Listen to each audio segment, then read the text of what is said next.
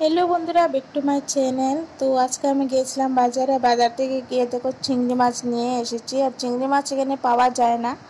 তো হঠাৎ দেখলাম আজকে চিংড়ি মাছ উঠেছে বাজারে। তো বাজার থেকে নিয়ে আসলাম। আর চিংড়ি মাছগুলো হচ্ছে সমুদ্রের চিংড়ি মাছ, বেশ বড় বড় দেখতে পাচ্ছ, বেশ ভালো লাগছে। তো চিংড়ি মাছ নিয়ে এসেছি, চিংড়ি মাছের মালাইকারি বানাবো। অনেকদিন হয়েছে চিংড়ি মাছের মালাইকারি খাইনি, যেবে থেকে বাইরে এসেছি তবে থেকে খাইনি।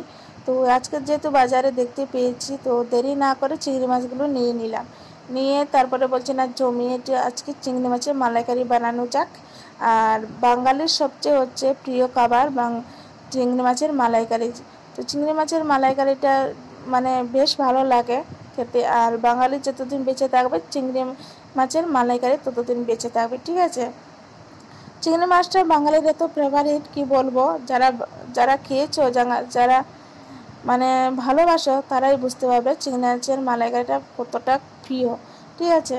তো কে কীরকম রান্না করো অবশ্যই কমেন্ট করে জানাবে। আমি একদম সিম্পলভাবে রান্না করব, একদম সহজভাবে, ঠিক আছে। তো তোমরা কে কীরকম রান্না করো অবশ্যই আমাকে জানাবে কমেন্ট করে।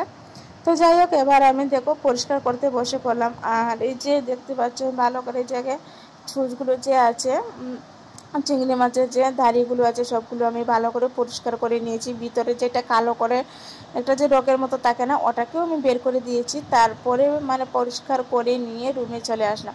রুমে চলে আসার পরে তারপরে নারকেলটা এনেছিলাম বাজার থেকে। তো বাজার থেকে নারকেলটা এনে ভালো করে এটাকে ধুয়ে আমি একটু কুড়িয়ে নিলাম। কুড়ার পরে তারপরে চিপিয়ে ভালো করে জলটাকে বের করে দিলাম। বের করার পরে তারপরে দেখো চিংড়ি মাছগুলো আমি ভালো করে ধুয়ে রেখে দিয়েছিলাম।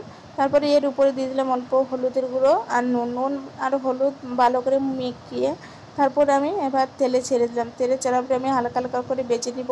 তো লাল লাল করে বেশ বেজে নিয়েছি। তারপরে তো ফোড়নে দিয়ে দিচ্ছি লবঙ্গ, এলাচ আর গরম মশলা।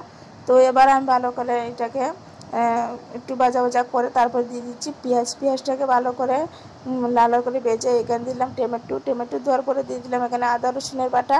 তো আদা রসুনের বাটা দেওয়ার পরে একটু জল দিয়ে আমি এর উপরে দিয়ে দিলাম যা যা মশলা লাগে।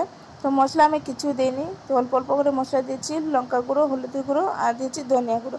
তো ধনিয়া গুঁড়ো আর লঙ্কা গুঁড়ো সব কিছু মানে দিয়ে ভালো করে কষিয়ে নেব মশলাটাকে কষিয়ে নেওয়ার পরে তারপরে আমি দিয়ে দিচ্ছি চিংড়ি মাছগুলো। তো চিংড়ি মাছগুলো ভালো করে আমি মশলার সাথে কষিয়ে নিয়ে তারপরে দিয়ে দিচ্ছি এই যে আমি যে রেখেছিলাম যে নারকেলের জলটা। তো নারকেলের জলটা আমি এর মাঝে দিয়ে দিলাম।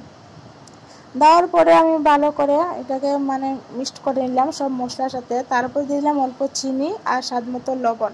তো স্বাদ মতো লবণ আর চিনি দিয়ে এবার 5-6 মিনিটের মতো আমি একটু মানে নাড়াচাড়া করে একটু জাল দিয়ে তারপরে এটাকে আমি নামিয়ে নিব। তো আজকের আমার এই রেসিপিটা তোমাদের কাছে কেমন লেগেছে অবশ্যই কমেন্ট করতে ভুলবে না, ঠিক আছে। তার মধ্যে বাই বাই, টাটা, দেখাচ্ছেন নেক্সট কোনো